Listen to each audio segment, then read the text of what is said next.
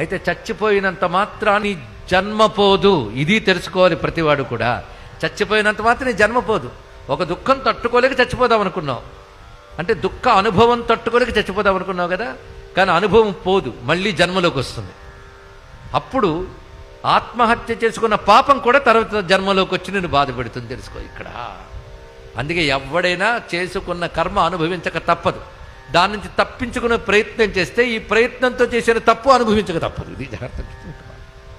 ఏమి గొప్ప వేదాంతం చెప్తుందండి, ఏమి సత్యం చెప్తుంది సనాతన ధర్మం. అందుకే దీన్ని పుట్టడమే భాగ్యం అండి. ఇక్కడ ఈ కథ గ్రహిస్తే తెలుస్తున్నది ఇక్కడ. అందుకే చచ్చినంత మాత్రాన జన్మ పోతుందా, మళ్ళీ అనుభవించక తప్పదు. మళ్ళీ నీకు జన్మ లేకుండా ఉండాలంటే నీకు మార్గం చెప్తున్నా. చచ్చిపోదాం ఎందుకు అనిపించింది? ఈ జన్మ ఉండకూడదని. నీకు నిజంగా జన్మ ఉండకూడదు అంటే ఇది మార్గం కాదు, జ్ఞానమే మార్గం. జ్ఞానం పుస్తకాలు చదివితే రాదు.